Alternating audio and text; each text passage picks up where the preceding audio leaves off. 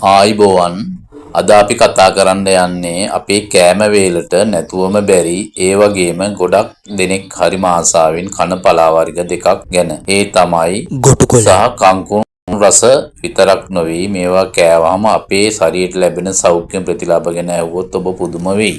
මුලින්ම අපි බලමු ගොටුකොළ ගැන. ගොටුකොළ කියන්නේ අපේ මොළයට ලැබෙන දිව්‍ය ඔසුවක්. ඔබ නිතරම වේස වෙමින් වැඩ කරන කෙනෙක් නම් මතක ශක්තිය වැඩි කරගන්න ගොටුකොළ කියන්නේ කදිම විසඳුමක්.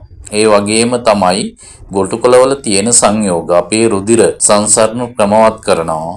ඒ නිසා සම පැහැය සහ තරුණ බව රැකගන්න වගේම ස්කස් වර්ධනයට මේක ගොඩක් වැදගත් වෙනවා. ගොටුකොළ අපිට ක්‍රම කීපයකට ආහාරයට ගන්න පුළුවන්. ගොඩක් දෙනෙක් ආස ගොටුකොළ සම්බෝලයට ඊට අමතරව උදේට ගොටුකොළ කැඳ වීදුරුවක් බොන්න පුළුවන් නම් ඒක ශරීරයට හරිම සිසිලසක්. ඒ වගේම නැවුම් ගොටුකොළ යුස විදියට පානය කරන්න පුළුවන්. ගොටුකොළ වලින් පස්සේ ඊළඟට අපි යමු කංකුන් වලට.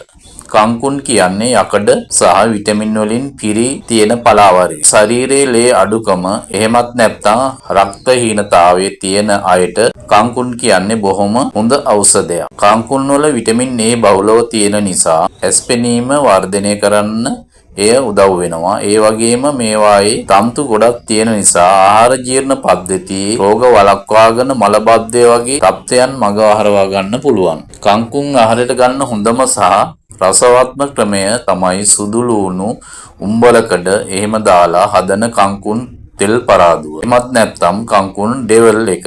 මේ විදිහට හැදුවාම කන්න අකමැති කෙනෙක් වුණත් ආසාවෙන් කංකුන් ආහාරයට ගන්නවා. ඉතින් මේ පලා වර්ග දෙක අපේ ශරීරයට අත්‍යවශ්‍ය පෝෂ්‍ය පදාර්ථ රැසක් ලබා දෙනවා. රසායනික ද්‍රව්‍ය නැති අපේ වත්තේ හොයාගන්න පුළුවන් මේ වගේ දේවල් ඔබේ කෑම වේලට අනිවාර්යයෙන්ම එකතු කරගන්න.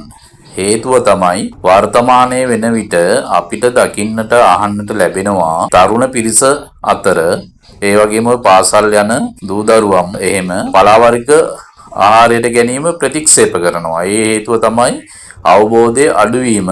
එහෙමත් නැතිනම් අවබෝධය තියෙනවා ඒගොල්ලෝ කෙටි ශ්‍රේණික ආහාර වලට පුරුදු වෙලා ඉන්නවා. ඒ වගේම වෙන සෞඛ්‍ය හානිදායක පැත්ත ඒගොල්ලෝ හිතන්නේ නැහැ. ඒ වෙලට කුස පුරවා ගැනීමේ පරමාර්ථය පමණයි. කිසිම පෝෂ්‍ය පදාර්ථයක් ඒ තුලින් ශනික ආහාර සහ කෘත්‍රිම ආහාර වලින් ලැබෙන්නේ නැහැ ඇත්තටම. ඉතින් මේ තමන්ගේ ආහාර වේලට සතියකට අඩුම තරමේ කොතාවක්වත් පලා වර්ග එකතු කරගන්නවා නම් තාමත් වැදගත් කියන එක තමයි මම මේ අවස්ථාවේ සියලු දෙනාට දැනුම් දෙන්නේ. බොහොම ස්තුතියි.